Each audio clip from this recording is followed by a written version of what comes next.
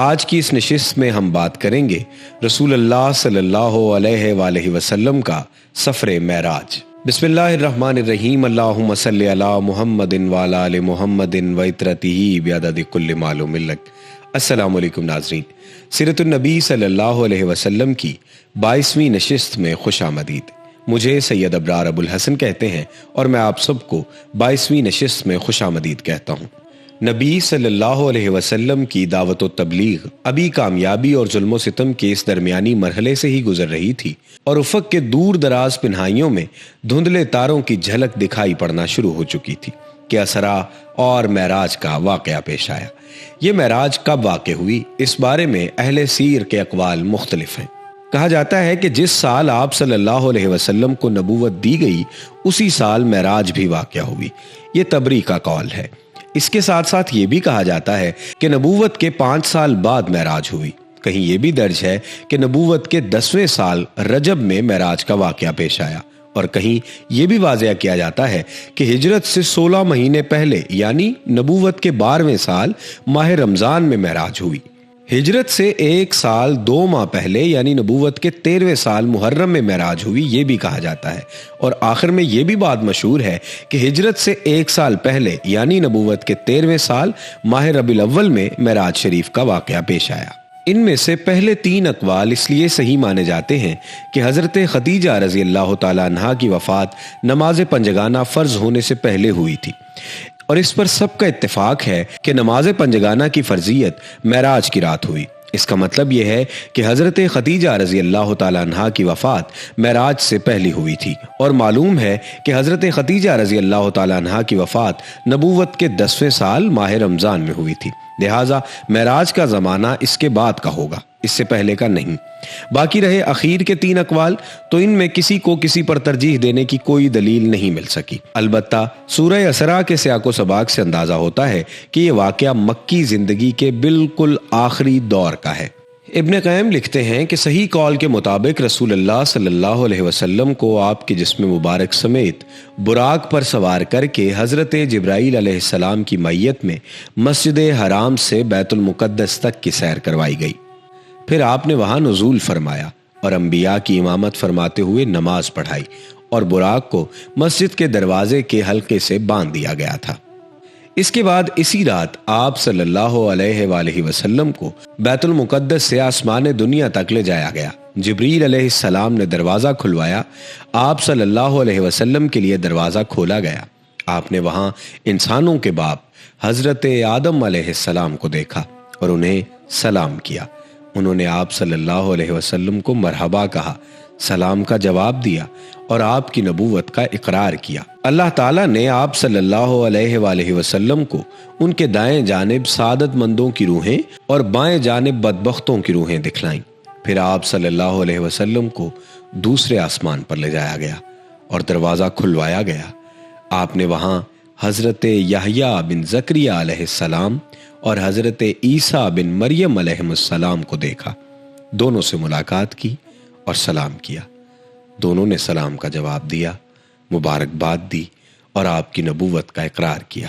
یہاں قابل غور بات یہ ہے کہ رسول اللہ صلی اللہ علیہ وسلم کی نبوت کا اقرار ہر نبی نے کیا۔ پھر تیسرے آسمان پر لے جایا گیا۔ آپ صلی اللہ علیہ وسلم نے وہاں حضرت یوسف علیہ السلام کو دیکھا اور سلام کیا۔ انہوں نے بھی جواب دیا اور مبارکباد دی، اور پھر آپ صلی اللہ علیہ وسلم کی نبوت کا اقرار کیا۔ یہ سفر شروع ہوتے ہوتے پھر آپ چوتھے آسمان پر چلے گئے۔ وہاں آپ نے حضرت ادریس علیہ السلام کو دیکھا، انہیں سلام کیا، انہوں نے جواب دیا، مرحبا کہا اور آپ کی نبوت کا اقرار کر لیا۔ چوتھے آسمان سے پھر آپ 5ویں آسمان پر تشریف لے گئے۔ وہاں آپ صلی اللہ علیہ وسلم نے حضرت ہارون بن عمران علیہ السلام کو دیکھا، انہیں سلام کیا، انہوں نے جواب دیا اور مبارکباد دی اور پھر اقرار نبوت کیا۔ پھر آپ صلی اللہ علیہ وسلم 6ٹھے آسمان پر چلے گئے۔ وہاں آپ صلی اللہ علیہ وسلم کی ملاقات حضرت موسیٰ بن عمران علیہ السلام سے ہوئی۔ آپ نے سلام کیا، انہوں نے مرحبا کہا اور اقرار نبوت کیا۔ البتہ جب آپ وہاں سے آگے بڑھے تو وہ رونے لگے۔ ان سے کہا گیا، آپ کیوں رو رہے ہیں؟ انہوں نے کہا، میں اس لیے رو رہا ہوں کہ ایک نوجوان جو میرے بعد مابعوث ہو گیا، اس کی امت کے لوگ میری امت کے لوگوں سے بہت زیادہ تعداد میں جنت کے اندر داخل ہوں گے۔ اس کے بعد آپ صلی اللہ علیہ وسلم کو 7ویں آسمان پر لے جایا گیا۔ وہاں آپ کی ملاقات حضرت ابراہیم علیہ السلام سے ہوئی۔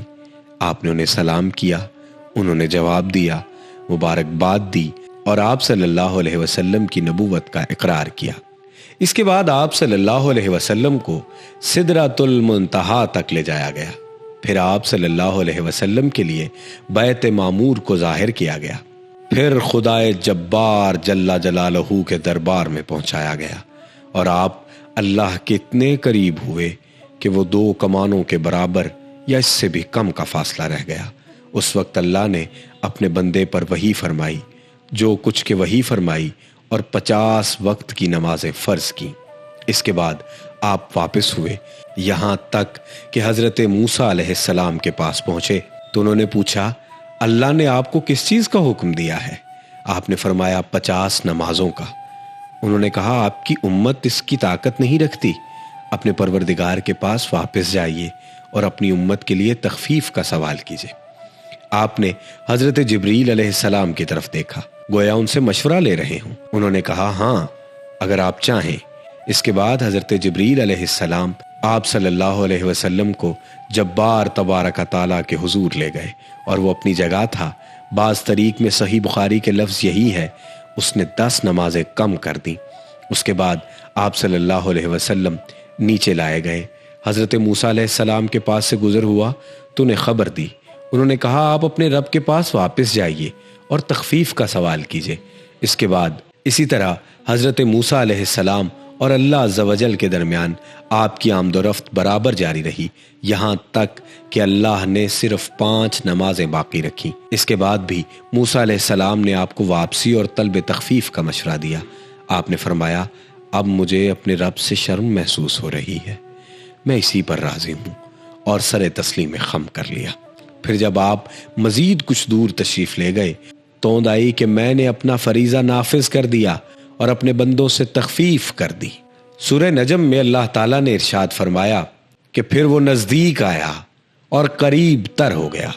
تو اس قرابت کے علاوہ ہے جو معراج کے واقعے میں حاصل ہوئی تھی، کیونکہ سورہ نجم میں جس قربت کا ذکر ہے اس سے مراد حضرت جبرائیل علیہ السلام کی قربت و تجلی ہے، جیسے کہ حضرت عائشہ رضی اللہ تعالیٰ عنہ اور ابن مسعود رضی اللہ تعالیٰ عنہ نے فرمایا، اور سیاق و سباق بھی اسی پر دلالت کرتا ہے۔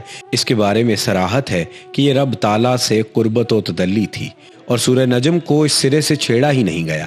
اس میں یہ کہا گیا کہ آپ انہیں دوسری بار سدرۃ المنتہا کے پاس دیکھا، اور یہ حضرت جبریل تھے۔ انہیں محمد صلی اللہ علیہ وسلم نے ان کی اپنی شکل میں 2 مرتبہ دیکھا، ایک مرتبہ زمین پر اور ایک مرتبہ سدرۃ المنتہا کے پاس۔ واللہ عالم۔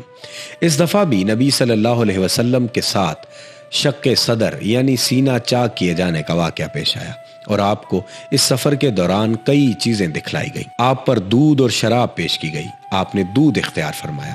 اس پر آپ کو بتایا گیا کہ آپ کو فطرت کی راہ بتائی گئی، یا آپ نے فطرت پالی۔ اور یاد رکھیے کہ اگر آپ صلی اللہ علیہ وسلم نے شراب لی ہوتی تو آپ کی امت گمراہ ہو جاتی۔ آپ صلی اللہ علیہ وسلم نے جنت میں 4 نہریں دیکھی، 2 ظاہری اور 2 باطنی۔ ظاہری نہریں نیل و فرات تھیں۔ اس کا مطلب غالباً یہ ہے کہ آپ کی رسالت نیل و فرات کے شاداب وادیوں کو اپنا وطن بنائے گی، یعنی یہاں کے باشندے نسل بنسل مسلمان ہوں گے۔ یہ نہیں کہ ان دونوں نہروں کا پانی کا منبع جنت میں ہے، واللہ عالم۔ آپ نے مالک و داروغہ جہنم کو بھی دیکھا، وہ ہنستا نہ تھا اور نہ اس کے چہرے پر خوشی اور بشاشت تھی۔ آپ نے جنت و جہنم بھی دیکھی۔ آپ نے ان لوگوں کو بھی دیکھا جو یتیموں کا مال ظالماً کھا جاتے ہیں، اور ان کے ہونٹ اونٹ کے ہونٹوں کی طرح تھے، اور وہ اپنے منہ میں پتھر کے ٹکڑے جیسے انگارے ٹھونس رہے تھے، اور دوسری جانب ان کے پخانے کے رستے سے نکل رہے تھے۔ آپ نے سود خوروں کو بھی دیکھا کہ ان کے پیٹ اتنے بڑے بڑے تھے کہ وہ اپنی جگہ سے ادھر ادھر نہیں ہو سکتے تھے، اور جب آل فرعون کو آگ پر پیش کرنے کے لیے لے جایا جاتا تو ان کے پاس سے گزرتے وقت انہیں رونپتے ہوئے جاتے۔ آپ نے زناکاروں کو بھی دیکھا، ان کے سامنے تازہ و فربا گوشت تھا، اور اس کے پہلو بپہلو سڑا ہوا چھچڑا بھی تھا۔ یہ لوگ تازہ اور فربا گوشت چھوڑ کر سڑا ہوا چھچڑا کھا رہے تھے۔ آپ نے ان عورتوں کو بھی دیکھا جو اپنے شوہروں پر دوسروں کی اولاد داخل کر دیتی ہیں، یعنی دوسروں سے زنا کے ذریعے حاملہ ہوتی ہیں، لیکن لا علمی کی وجہ سے ان کا بچہ ان کے شوہر کا ہی سمجھا جاتا ہے۔ آپ نے انہیں دیکھا کہ ان کے سینوں میں بڑے بڑے ٹیڑھے کانٹے چبھا کر انہیں آسمان و زمین کے درمیان لٹکا دیا گیا ہے۔ آپ نے آتے جاتے ہوئے اہل مکہ کا ایک قافلہ بھی دیکھا اور انہیں ان کا ایک اونٹ بھی بتایا جو بھڑک کر بھاگ گیا تھا۔ آپ نے ان کا پانی بھی پیا جو ایک ڈھکے ہوئے برتن میں رکھا تھا۔ اس وقت قافلہ سو رہا تھا، آپ نے اسی طرح برتن ڈھانک کر چھوڑ دیا، اور یہ بات معراج کی صبح آپ کے دعوے کی صداقت کی ایک دلیل ثابت ہوئی۔